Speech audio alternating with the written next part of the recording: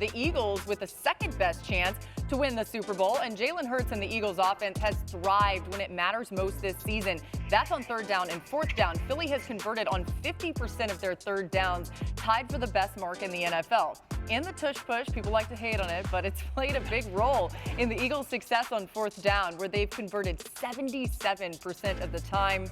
That's the good. Dan, what is the Eagles' fatal flaw, though? Matchups. If they're going to play man coverage, they have to figure out the pre-snap matchup. And Darius Slay should be on, by far, the pass catcher. And that's my concern. If you watch that Dallas game, Jalen Tolbert, wide receiver, on Zach Cunningham, a linebacker. This is man coverage underneath. Thank God for the Philadelphia Eagles. Dak Prescott doesn't see him. That is a bad matchup that Sean Desai, their defensive coordinator, has to get figured out.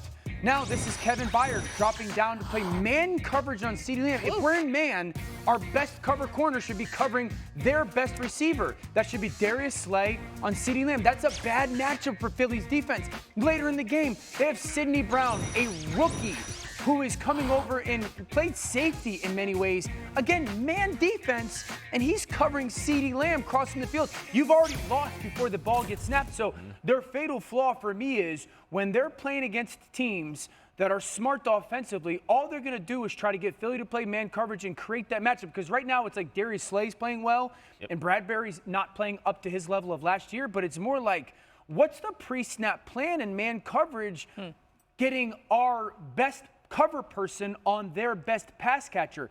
That's got to be way more consistent. And it wasn't just in Dallas. It's been a theme for weeks now. Absolutely. I mean, you spit the spot on. Mine is the secondary, for sure. I mean, they have an incredible run defense. They've gotten better at rushing the passer, not to the level they were last year, but the secondary has been open sesame for every team that they go against. And you could say maybe it's just by large numbers because teams are getting down, they're having to pass a lot. No, they're last in pass yards against. They are second worst in throwing touchdowns, and they're also second worst in interceptions because they're not able to convert those plays. What do you think CeeDee Lamb's thinking when he walks up to the line of scrimmage and sees man coverage and he's got a safety on him who's a rookie, who might become a good player, but he's a rookie? Woo-hoo. You know what I'm saying? Like, yeah.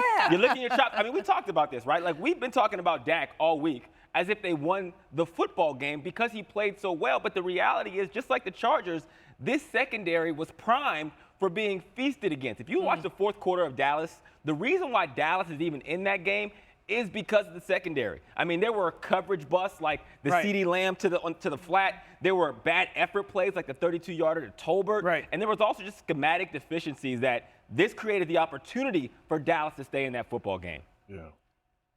Well, I mean, we all know when we start meetings on Monday, we talk about the first thing from offensive and defensive standpoint is turnover differential.